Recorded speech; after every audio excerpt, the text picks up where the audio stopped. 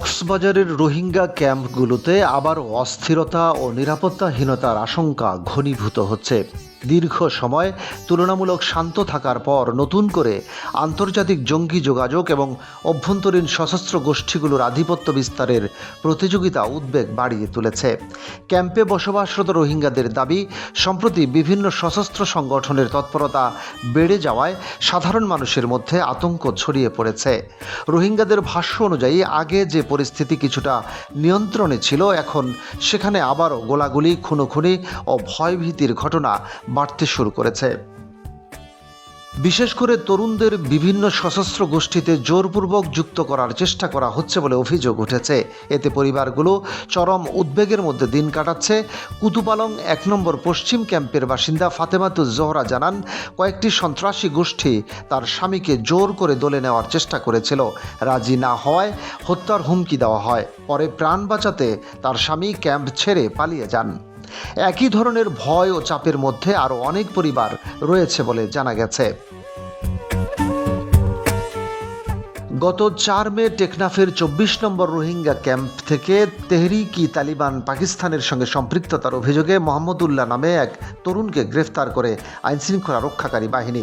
তিনি লেদা আনরেজিস্টার্ড ক্যাম্পের বাসিন্দা আব্দুল করিমের ছেলে। টেকনাফ থানার ওসি সাইফুল ইসলাম জানান, গোয়েন্দা তথ্যের ভিত্তিতে জানা গেছে মোহাম্মদুল্লাহ টিটিপির সমর্থক হিসেবে বিভিন্ন অনলাইন প্ল্যাটফর্মে সক্রিয় ছিলেন। তার বিরুদ্ধে সন্ত্রাস বিরোধী আইনে মামলা করা হয়েছে। মামলার এজাহারে উল্লেখ করা হয়, তিনি হোয়াটসঅ্যাপের মাধ্যমে পাকিস্তান ভিত্তিক নিষিদ্ধ সংগঠন টিটিপির সঙ্গে যোগাযোগ রাখছিলেন এবং হাকিকত নিউজ নামের একটি গ্রুপে সক্রিয় সদস্য ছিলেন। তার কাছ থেকে একটি অ্যান্ড্রয়েড মোবাইল ফোন জব্দ করা হয়েছে। এজাহারে আরও বলা হয়েছে, মোহাম্মদুল্লাহ রোহিঙ্গা সশস্ত্র সংগঠন আরাসার ছাত্র সংগঠন ও সামরিক শাখার সঙ্গেও সম্পৃক্ত ছিলেন। তিনি রোহিঙ্গা ক্যাম্পে উগ্রবাদী কার্যক্রমে মানুষকে উদ্বুদ্ধ করার চেষ্টা করছিলেন বলেও অভিযোগ রয়েছে। এই ঘটনার পরদিন উখিয়ার ক্যাম্প ৭ এলাকায় আরসার হামলায় আরাকান রোহিঙ্গা অর্গানাইজেশনের নেতা কেফায়েতুল্লাহ হালিম নিহত হন। ওই ঘটনায় আরও ২ জন গুলিবিদ্ধ হন। পরে ক্যাম্প ৮ ইস্ট এলাকায় আধিপত্য বিস্তারকে কেন্দ্র করে আরেক সংঘর্ষে আরাকান রোহিঙ্গা আর্মির নেতা নবী হোসেনের ছোট ভাই মোহাম্মদ কামাল নিহত হন। রোহিঙ্গা নেতাদের মতে, ক্যাম্পে নতুন নতুন সশস্ত্র গোষ্ঠী সক্রিয় হয়ে উঠছে এবং তারা নিজেদের প্রভাব বিস্তারে মরিয়া হয়ে উঠেছে। সাধারণ তরুণদের নানা প্রলোভন দেখিয়ে দলে নেওয়ার চেষ্টা চলছে। কেউ রাজি না হলে তাকে হুমকি দেওয়া হচ্ছে।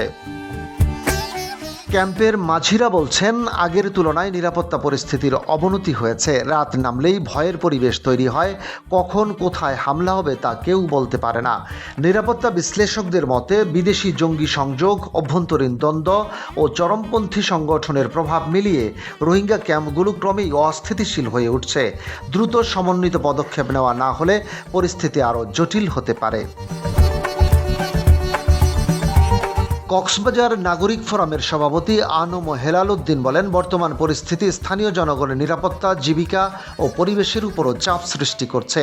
তিনি অপরাধীদের বিরুদ্ধে দ্রুত ও কার্যকর ব্যবস্থা নেওয়ার পাশাপাশি আন্তর্জাতিক সম্প্রদায়ের সক্রিয় ভূমিকা এবং দ্রুত প্রত্যাবাসনের প্রক্রিয়া শুরুর আহ্বান জানান। কক্সবাজার সিভিল সোসাইটির সভাপতি আবু মোর্শেদ চৌধুরী খোকা বলেন, রোহিঙ্গা ক্যাম্পে খুন, অপহরণ ও আধিপত্য বিস্তারকে কেন্দ্র করে যে অস্থিরতা তৈরি হয়েছে তা বড় ধরনের অশনি সংকেত। গবেষক রাফিয়াল ইমরান মনে করেন, সীমান্ত ঘেঁষা ভৌগোলিক অবস্থান, সমুদ্রপথের সহজলভ্যতা এবং রাষ্ট্রহীনতার সুযোগ কাজে লাগিয়ে অপরাধী চক্রগুলো শক্তিশালী হয়ে উঠছে। এই পরিস্থিতি মোকাবিলায় আধুনিক প্রযুক্তি নির্ভর নজরদারি ও দীর্ঘমেয়াদী পরিকল্পনা জরুরি।